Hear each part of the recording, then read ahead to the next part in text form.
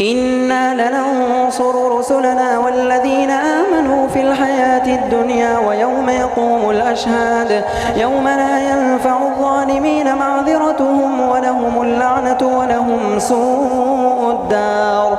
ولقد آتينا موسى الهدى وأورثنا بني إسرائيل الكتاب هدى وذكرى لأولي الألباب. فاصبر إن وعد الله حق واستغفر لذنبك وسبح بحمد ربك بالعشي والإبكار. إن الذين يجادلون في آيات الله بغير سلطان أتاهم إن في صدورهم إلا كبر ما هم ببالغيه فاستعذ بالله إنه هو السميع البصير. لخلق السماوات والأرض أكبر من خلق الناس ولكن أكثر الناس لا يعلمون. وما يستوي الأعمى والبصير.